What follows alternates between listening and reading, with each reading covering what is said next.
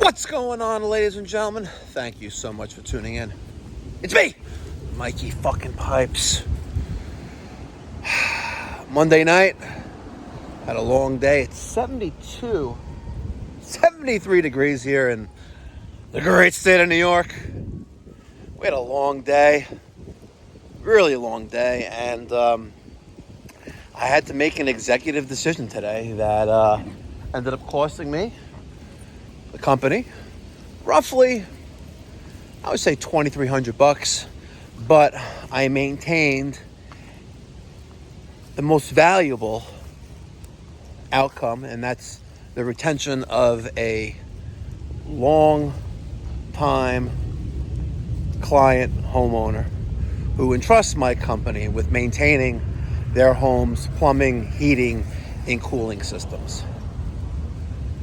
And I probably could have got away with charging them, a replacement of the compressor or the outdoor unit in its entirety and charge them for it accordingly. The card's on file. It's not about the money at the end of the day. At the end of the day, it's about providing professional, reliable, courteous, ethical services as a home service provider. I used to work years ago for a company where I had to make a quota, and there needed to be, certain expectations and certain invoices needed to be fulfilled on a daily, weekly, monthly, yearly basis, and I just don't operate that way. It's just not, just has a very bitter taste in my mouth. But when you make a mistake, as all humans do, we all make mistakes. When you make a mistake, you own up to it, and then take corrective action, and then correct the mistake. So yesterday morning, Father's Day morning, when I saw wires disconnected off the dual capacitor on this 3-ton Trane outdoor condensing unit, I'm like, fuck, right? And then I was like, all right, you know what? No harm, right? Put all the wires back. I know the brown goes on the fan side of the dual capacitor, right? The yellow or whatever the red goes from the contactor to C, and the other wire went for the compressor, and I put that all on and plug it in. Nothing happens. I'm like, well, thermal overload, but no power. Reset the breaker, plug disconnect in, and it goes zap. Ohmed out the compressor terminals. It's fine. I'll never forget it. And it was like it added up to 3 and 3.5. We had 2.1 and 1.5, and threw on a couple hard starts on there. Multiple, by the way. I really wanted to get this thing going, but it didn't work.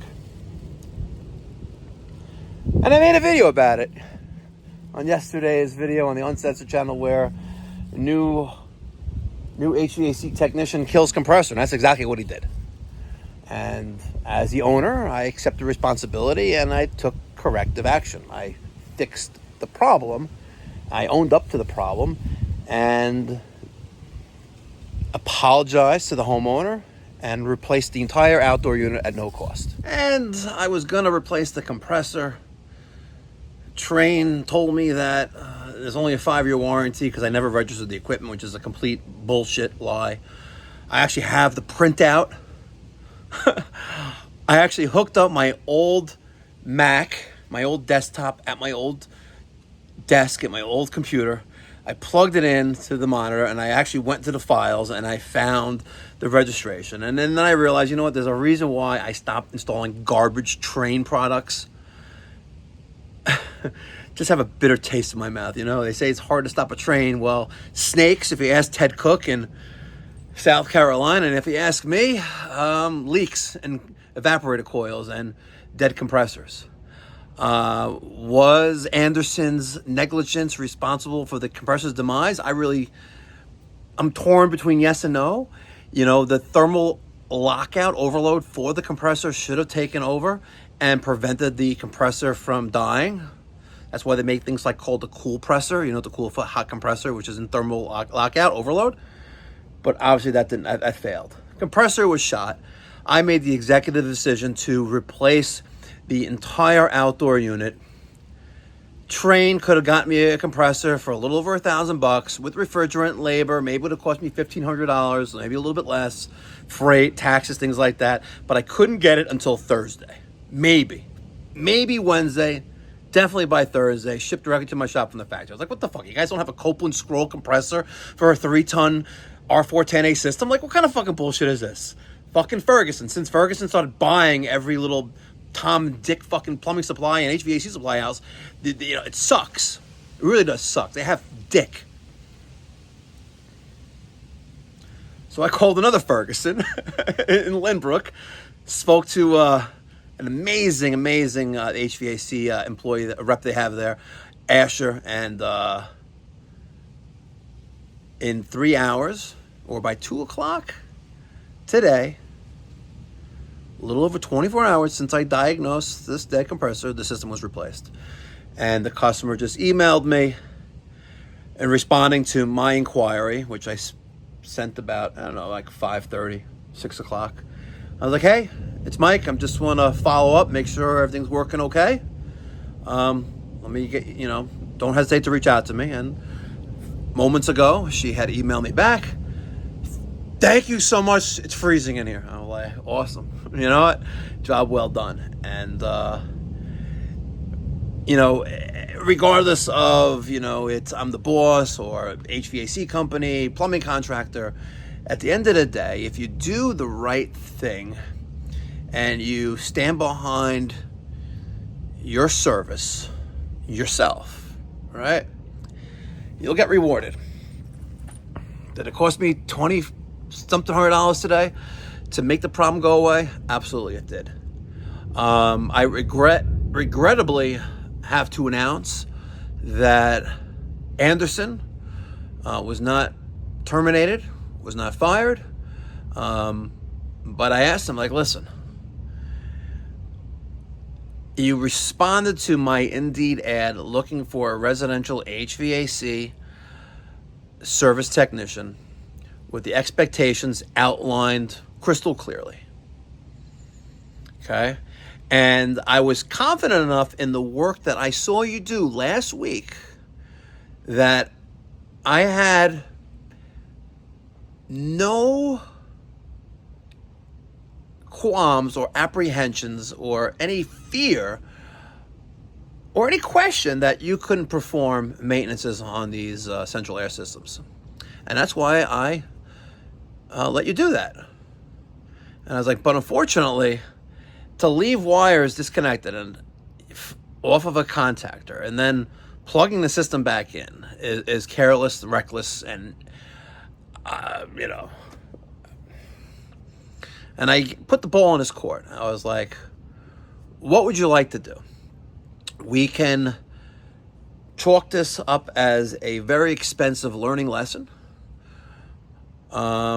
where, in a few months or a few years from now, you're a great HVAC technician and you learned a very valuable mistake. And I let you roll with it. I was like, or the ball's in your court. Right? But I set forth the expectations that we need and I'm looking for, right? And I placed all the tools for success in your hands. I showed you our policies and procedures. I show you how we run service calls, the booties, the red carpet, and all that good stuff, right?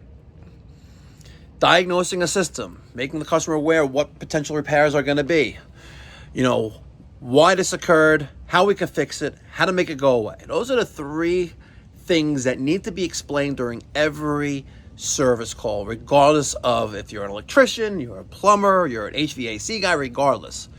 If you're going there to fix a problem, identifying the problem, okay, why this happened, how to make it go away, and steps to prevent it from happening in the future.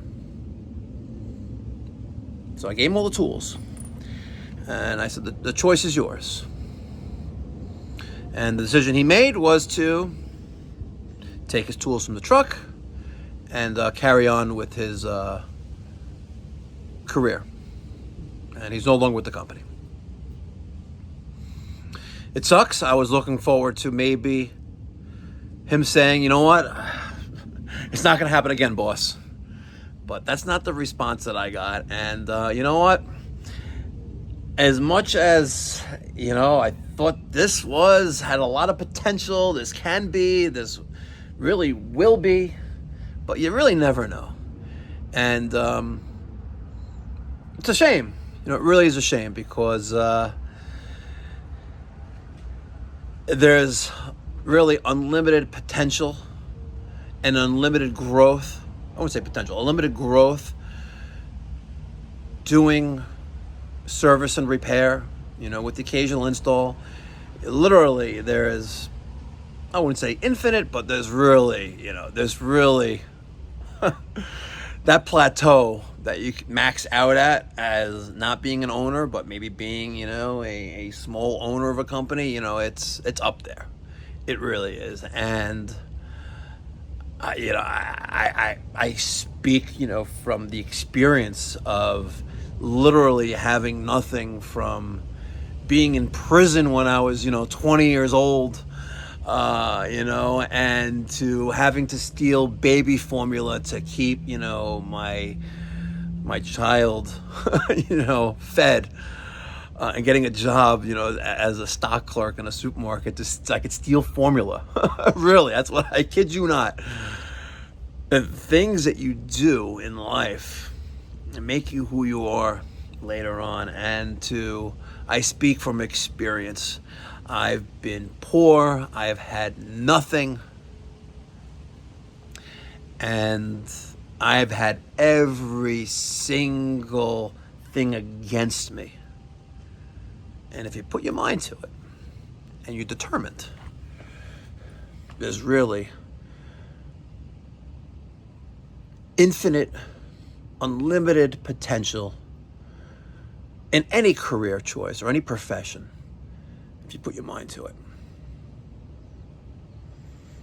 So, Anderson, if you're listening, I hope you took the, while short time we spent together, I hope that you learn and retain and see what you did wrong. Did I rush you in performing annual preventive maintenance on 8 systems before 12 o'clock? Honestly, I don't really think so. It's not like you had to do maintenance on the indoor units to blow out the drains. We weren't there for that. We're there to change filters and do maintenance on the outdoor units, make sure the coils were clean, and making sure our contactors are all okay. Right? And remember, Anderson, always double and triple check. And my message to the rest of you guys, thank you so much for allowing me to have this platform where I could vent my frustrations, the obstacles and the hurdles that I see on a daily basis. And remember, learn something new every day, because it'll make you that much more valuable tomorrow. Thank you so much, guys. Mikey fucking Pipes signing off.